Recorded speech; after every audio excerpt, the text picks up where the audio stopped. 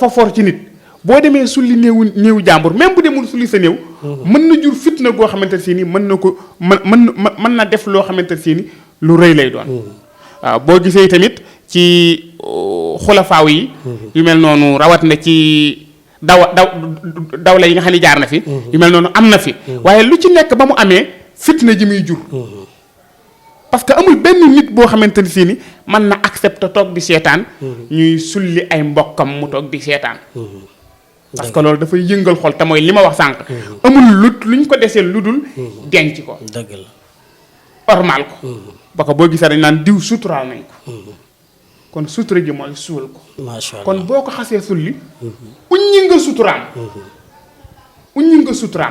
boo uññee sutura yu gor nag wala nga uññi sutura yu mbokki gor moom itam bu mënul uññi sa sutura dana am feneen fu mu jaar pour avancer wu ci sa kaw kon loolu boo gisee fi mu jaar fépp li mu jur mooy fitna lay jur fitna mooy ay xeexoo te fitna ja bu ñu xam fan lay àgg macha Allah oustaz loolu am na solo yaakaar naa ci biir loolu xam nga yeneen bi balaa mu fay jógee bokk na ci xutbaam bi mu mujjee def bi muy tàggatoo wax na avertir na jullit ñi ne leen ay fitna mu ngi ñëw te fitna yooyu gis nañ ko ci jamonoy Ousmane la commencé bañ na ba sax moo tax Ousmane bi ñu ko rayee toog nañ ñetti fan yoo xam ne kenn suulu ko kenn waajal ndax nit ñi taluñu ko kon da nga gis ne kon maanaam uññi ormay jullit maanaam ñàkk koo denc wala denc koo pare suul ko fitna yooyu muy jur kon est-ce que du fitna boobu yeneen bi doon wax tey moom moo jur divergence bi nga xam ne nii moom moo xew ci diggante jullit ñi waaw xam nga yonent bi sallallahu alayhi wa sallam bi muy ñëw junjoon na yu baree bari moytuloo ko jullit ñi ndax buñ ko defee fitna jëm yu jur man nga ni bari na yuy xew ci àdduna bi jur ay fitna la sabab fitna bi yonent bi sallallahu alayhi wa sallam moytuloo woon na ko nit ñi te li benn bindkat wax ni amul fitna bu gën a rëy ci fitna bi jullit ñi di dund fitnatul ixtilaaf fitna divergence te mooy jullit ñi yi ñu waroon a dëppandoo ci lislaam yépp dañ cee wuute te wuute googu li mu jur mooy fala tanaazahu fa tafsalu wa tadhhaba riihukum l'islam nee na bu différence baree rek xëccoo am te xëccoo fu mu amee kàttan jeex loolu moo tax jullit ñi léegi not leen ci àdduna bi yomb parce que ànduñu li waral ànd bi mooy différence ci biir l'islam bi différence am na moo tax kàttan gi ñu war a mën a am pour mën a xeex ak noonu l'islam amatuñ ko nga ñëw ci biir l'islam tarixa yi ci biir ñu waroon ànd bokk benn cause dem nañ ci biir bay xeexante ba fi ni amatuñ benn doole ci biir tarixa yi nga dem ba fekk ay kër yoo xamante ne si ni différence boobu moo leen topp ba doole ba ñu war a am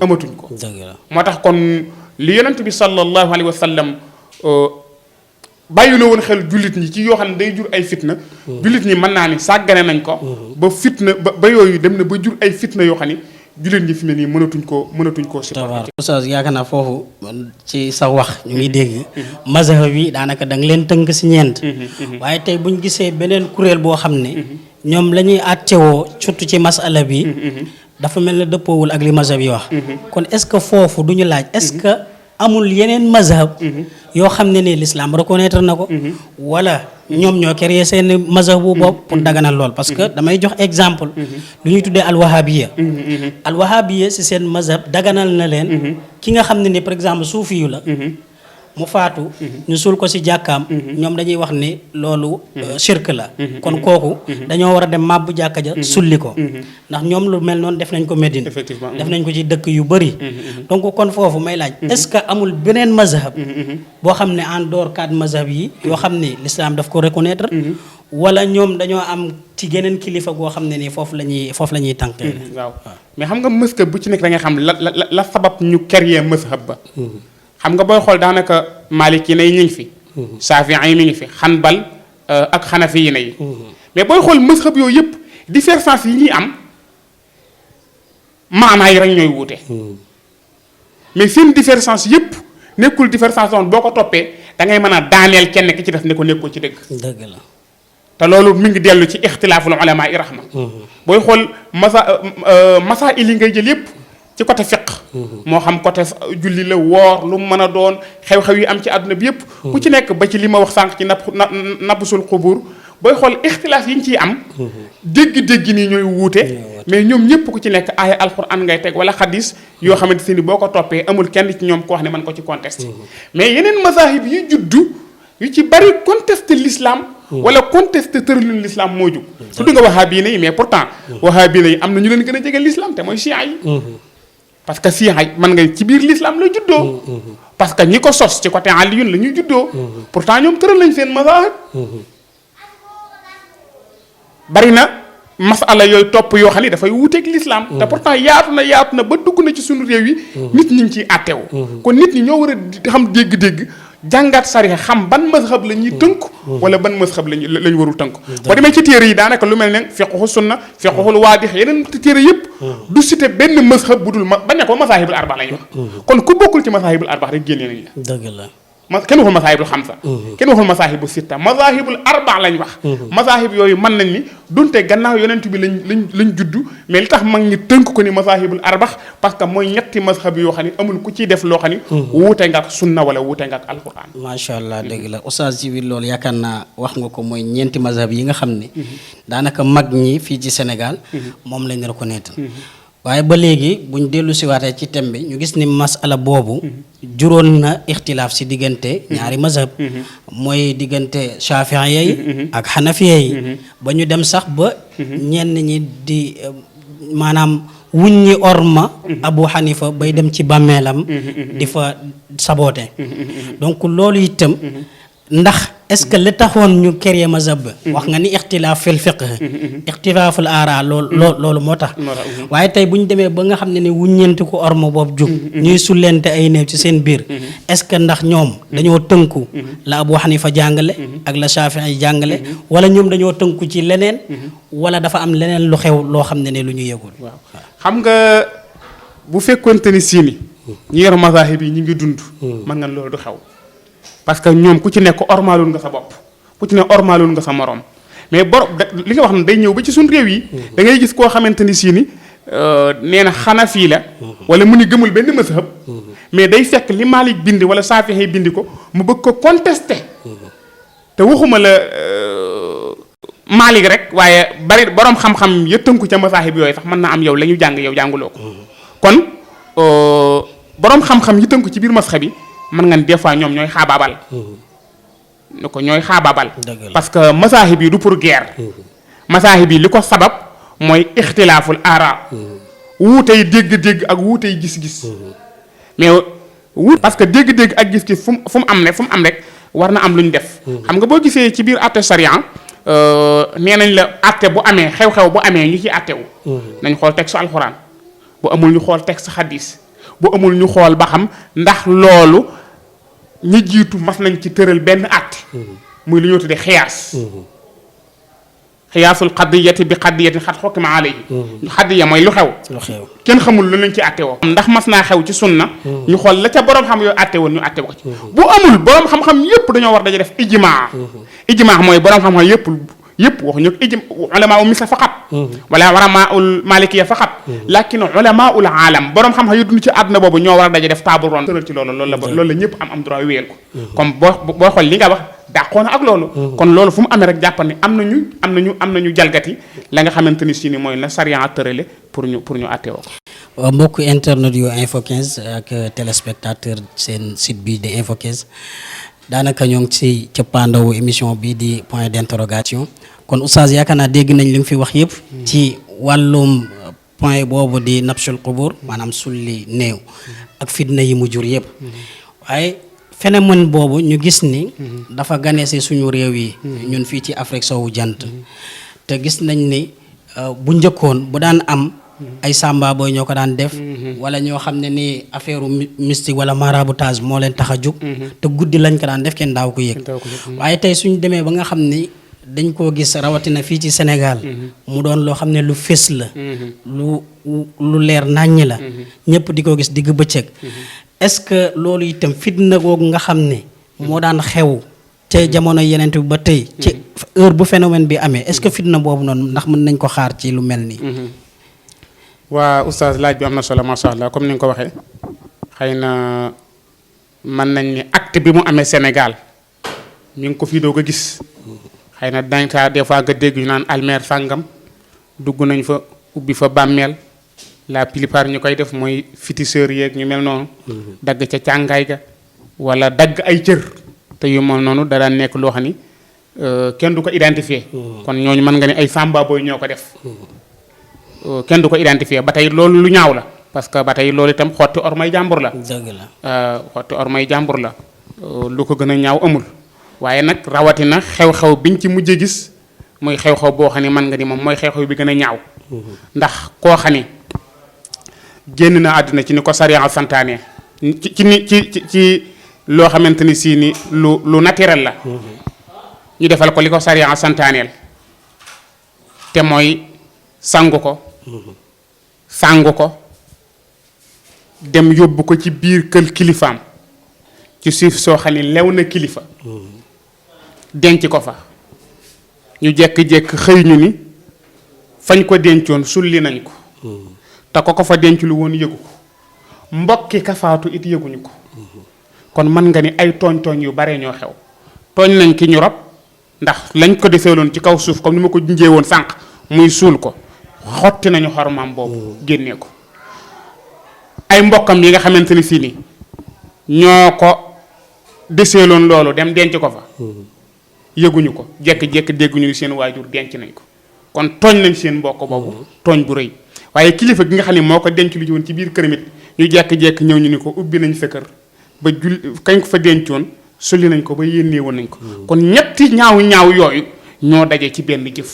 dëgg la muy Baye Katim Touré di njabootu Cheikh Seydi Mouhamadunil Moustapha xafidahullah wa ayadahu wa raahu yal na yàlla guddal fanam saxal wéram di nit koo xamante ni sii ni bari na ku santu kilifa ëppoo ko cër rawatina Tiwaawan gi nga xamante ni sii ni fa la tarbiya woo ku ànd ak Serigne Babacar Sy ñaqal ko ñukkal ko tarbiyawu ko ba am ngërëmam mu boyyeel ak Serigne Sy Ahmed Tidiane Sy Al Maktoum nga tarbiyawu ko ñaqal ko ñukkal ko ba am ngërëmam xëy toppaat ci ndono ñooñu loolu boo doon topp taalibe yi yaakaar kër Seydil Hadji Malick Sy du ma ni bëriwul ku ci am cër boobu ku ànd ak Serigne Babacar Sy ànd ak Serigne Cheikh ànd ak Serigne Moustapha Sy bu ñu la su dencoon ci foo xamante ni fii ni ab àll la sax ñu war laa ormalee mag ñooñu kenn bañ a laajte àll boobu rawatina ñu denc la ci kër ka nga yaakaar ci biir njabootam muy lu ko lew domm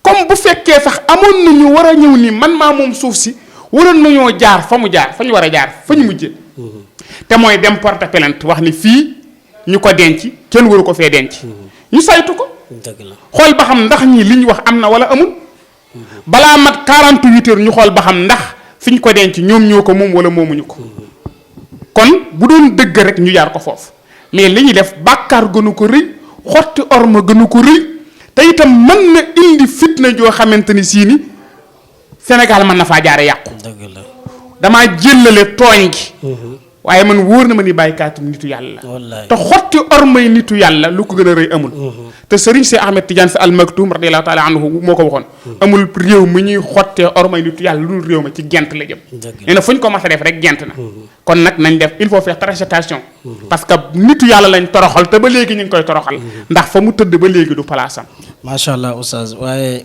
ci point boobu dama ciy revenir yaakaar naa ci biir waxtaan wi wax nga sànq ni l'islam am na ay asbaab yu mu daganalee ñu sulli néew mais est-ce que yow yaakaaroon ni asbaab yooyu xëy na moo daje ci Baye Katim ba ñoom ñu am sañ-sañ ñu dem sulli ko lu am solo nga wax man gis ci li ma gis man xew-xew bi ni mu demee gis ma ci benn sabab parce que benn cause rek moo fi nekk muy cause fi ñu ko suul moomu ko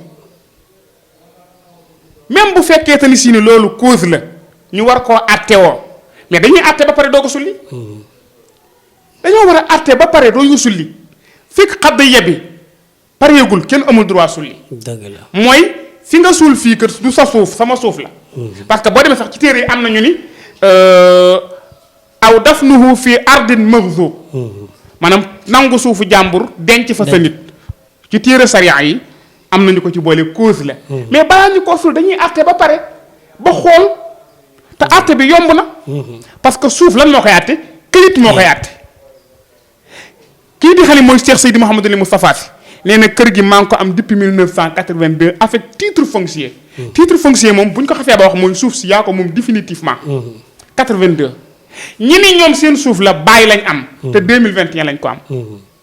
kon loolu bu ñu ko yóbboo ci dëgg atte ko yomb na. dëgg la benn mooy cadastre mi nga xamante ni si moo war a saisir ku moom suuf si. moo saisir sëñ Moustapha 2012. avant 2012 ndax sëñ Fa moo ko nettali 2012.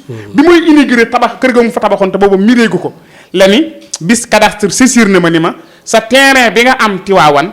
sa benn papa ba ñuy wax Maodo si daa am ci wet gi te commencé na jël ci yow. commencé na jël ci yow. kon loolu atte ko yomb na. kon sulli Baye Katim Touré course bu tegu ci sariya waxuma atte yi loi. bu dee ko en tant que ay jullit course bu tegu ci sariya bu tax ñu war a sulli Baye Katim Touré amul. kon dañoo xotti ormay sariya. xotti ormay Baye Katim Touré xotti ormay Serigne Moustapha Sy xotti ormay njabootu Baye Katim Touré te teguñu ko fenn foo xamante ni fu tegu ci sariya la même bu fekkee loi sax lañ yaakaar muy loi yi réew mi tegul ci loi yi réew mi. tegul ci loi yi réew mi kon famille ba sulli xott nañ orma état ak police gendarmerie sapeur pompier ak procureur bu Thiès ñoom ñëpp. ñoo ànd ci xotti orma bi. parce que procureur bu saisiroon jox ñu mu war a jox ay ordre ñu xool ba pare kee fa nekk ma nga fa nekk. xam nga ba léegi suuf sa kenn jariñoo ko. fa mu nekk bu fekkoon léegi ma nga fa ba nekk. ñu topp atte yi ba atte bu ñu joxee Serigne Moustapha Sy dëgg mu continuer ne fa bu fekkee keneen moo am dëgg lu luwaa dogal ñu xam ne loolu la luwaa dogal.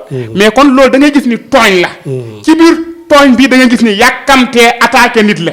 parce que bi ñu sullee Baye Katim Touré ci guddi gi bi ñu xëyee lu ñu joxe comme information am na nit ku ñu suul kër sëñ Moustapha Sy. lu ñu tudde maanaam ni ko journal dama fàtte ni ñu ko titré mais ñoom ñëpp ni ñu titré mooy. découverte macabre. waaw macabre mooy lan mooy nit ku ñu jekk-jekk rek suul ko xamuñu kañ la ko fa suul. c'est-à-dire loolu ku gis naan kon dañoo rey nit kër sëñ Moustapha suul ko fa. bëggoon koo nuróole comme xew-xew bi fi amoon ci Cheikh Béthio. ñu bari loolu la woon ak sëñ Moustapha fi mu toll ci réew mi. famille ñu ànd ak moom bariwuñ. dëgg la état àndul ak moom. ñu koy attaqué bari ne ñu bari ci lañ profité woo pour ni kon ndeke sëñ Moustapha Sy lii la fi nekk. alors que kon da ngay gis ni ñoo journal yi fekke wuñ bañ koy sulli ku leen jox information boobu ba ci plainte bi ñu déposé. loolu lañ ci bind. kon déjà kon yàkkamti woon nañ attaqué ko te amuñu ay preuve kon xotti gi kon sulli gi kon. amul benn cause bu ci nekk bu dul cause ci xotti ormay sëñ Moustapha Sy bëggoon koo vilpañe tas ko ci réew mi mais tuuti nañ ci loolu. kon daal maanaam suñu déggee sa kàddu mooy kilifa gañ fa gis. mooy xam nga Sidi Ahmed. moom mu jàpp ne am na sañ-sañu. ñëw sulli. ba tax mu sulli. tey réew mi tey bu ñu doon àtteewoo lislaam donc jëf jooju mu def. ndax am na ay daan yoo xam ne lislaam war na ko ci mën a séentu. wala fan la ko lislaam di qualifié moom. waaw xam nga Sidi Ahmed moom lañ gis. laata sulli gi di am sax. mu ñëw ba tudd aw tur ni diw sullil ma bàmmeel bi acte boobu rek ci kii ma ni kilifa diine laa l'islam laa yaakaar. doomu kilifa diine laa. jàng naa xam naa l'islam xanaa waroon na xam texte yi mu jàng ci sariya yan sabab mooy tax ñu war a sulli néew. waroon na jàng ba xam ci sariya est-ce que man dong am naa droit taxaw fii ànd ak ay xale naan leen gasal leen ma bàmmeel bi. waroon naa war naa xam loolu. kon nga gis ni am leen ne ci xelam ba xamatul affaire sariya tax lijjanteetu ko. parce que man mu gàtt Aliou mi rek xam naa ni man rek awma droit dem fekk sax sama tool fu ñu suul nit ma jekk-jekk sulli ko. damaa war a dem porter plainte ci yoon bu fekkee réew kese lay atte su fekkee sariya la ma dem ca al imam awil qaadi ne ko fekk naa sama terrain ba ma lew ñu suul fa nit. boobaa qaadi yi dana xool nan la ñuy def ba ñu sulliwaat néew bi. kon Ahmed Sy amul droit ci jëmmam moom kese dem di sulli lu ab néew kon bu ko xasee ba def wax naa ni la tooñ na xotti na ormay sariya. am na bàkkaar kooku nag digganteem ak boroomam la. dëgg la oustaz. kooku moom digganteem ak boroomam la mënuñu ko faa àtte. li ko war daal mooy mu dem tuubi bàkkaaram boobu. parce que lim def moom bàkkaar la. na dem tuubi bàkkaaram boobu digganteem ak boroomam. jéggulu famille Baye Katim Touré. jéggulu Serigne Moustapha Sy. waaye tamit jéggulu Baye Katim Touré. ci xotti gi mu xotti ormam ak ñi mu ko bokkal ñëpp ca biir àtte ba. oustaz macha allah daanaka temps bi njett nañu. waaye fi ma bëgg nga tëjee fii. mooy que dañu gis Sénégal daanaka dafa doon réew moo xam ne laisser-aller bi dafa bëri. ndax toll nañ fi ay jamono nit jékki-jékki woote woo yeneen. ñu demaat tuuti woote yeneen bi gën a fés ba dem sax ba ñoo xam ne wàccee nañ seen téere bopp ba samp seen kaabu bopp façon bu nekk dafa xew ci diine. am ñoo xam ne nit day jékki-jékki rek ni maay Seydina Cheikh. jékki-jékki ni maay yeneen bi. nit jékki-jékki sax yàlla sax nit woote woon na ko fi. donc kon est-ce que jaaduwul. tey yéen ñi nga xam ne ni yéenay nitu daara yi. ngeen booloo. jéem a taxaw moo xam kuréel lay doon wala lu mu ci mënti doon. nga xam ne kat lu état reconnaître lay doon nga xam ne loolu su amatee. di ngeen ci mën a am kàddu. mën a am noo leen jëflante ak moom. oustaz loolu mënut a am. Sénégal fu ñu changé wul waaye Sénégal mënut a am constitution wu Sénégal laïcité moo ko samp. laïcité moo may nit su ma neexoon man mii ma génne woote sama diine ku ma attaqué état dal ci sa kaw. parce que laïcité moo may nit mu woote lu ko neex. moo tax laïcité moo tax Sénégal yàqu. Sénégal kenn gis nga góor jigéen bi sax bu génnoon ci mbedd mi boo ko laalee loolu dal sax parce que nit laïcité mooy nit sañ naa gëm lu ko neex. sañ naa woote lu ko neex même bu nit ñi xamee ni day fen jullit ñi amuñu droit attaqué ko. kon jullit ñi buñ bëggee loolu dañ fi nañu fexe ba ñu changé waat constitution bi dindi laïcité bi ci nekk. même buñ ko deful état islamique man leneen mi ngi fi mais laïcité mooy li yàq Sénégal. Sénégal diineem dañ ko organisé wul. ba dina màkk sañoo fa loolu boo ko defee léegi ca ñu kaw attaqué la. Égypte sañoo ko fa. Tunisie sañoo ko fa. mais réew yi nga xam ne laïcité moo ko samp sañoo faa attaqué benn diine ñi naan yàlla laak ñi naan yonentu laak yépp boroom xam-xam yi ñooy wax di attaqué rek mais kenn amul droit dem toj seen kaaba ga. kenn amul droit maanaam c'est-à-dire que booy amul droit mooy état mayuloo ko. dëgg la macha allah. loi yi leen tënk la kon Sénégal leen rek ma waroon def mooy lu ñëw tuddee xaw ma assise nationale xaw ma. moom la jullit ñi waroon a toog def ko. pour wax nag il est temps nag ñu dindi fi laïcité. parce que laïcité gis nga yi ñuy xeex yépp nii góor jigéenoo fii yépp nii du mujj fenn. dëgg la ca laïcité ba la. macha allah loolu il faut nit ñi bàyyi xel. te fi nii am na yeneen yuy ñëw moo gën a garaaw. gis nga bu ñu deful très attention ba ñu adapté la programme la nouvel ordre mondial. sañ-sañ yu gën a garaaw sañ-sañ yooyu. mbon yu gën a garaaw mbon yooyu dana fi am. jullit ñu toog di ko soow ci ay rajo ak ay télévision. wàññul dara kañ lañ fa daloon a soow mbon yooyu. dañ koy soow rek moo du dem fenn parce que laïcité bi moo leen permettre ñu woote lu leen neex. kon fekk jëlewuñ fi laïcité kenn mënu leen a attaqué. dëgg la Oustaz jërëjëf sa kàddu gu mujj. fa tabarakallahu di am contentement ci invitation bi di leen gërëm di leen sant lu ci dëng rek ñu xam ni tabarakallahu ndongali mooy jàngatu. tabarakallahu waaye di bàyyilu xel rek nit ñi ñu am dégg-dégg te bàyyi parparloo.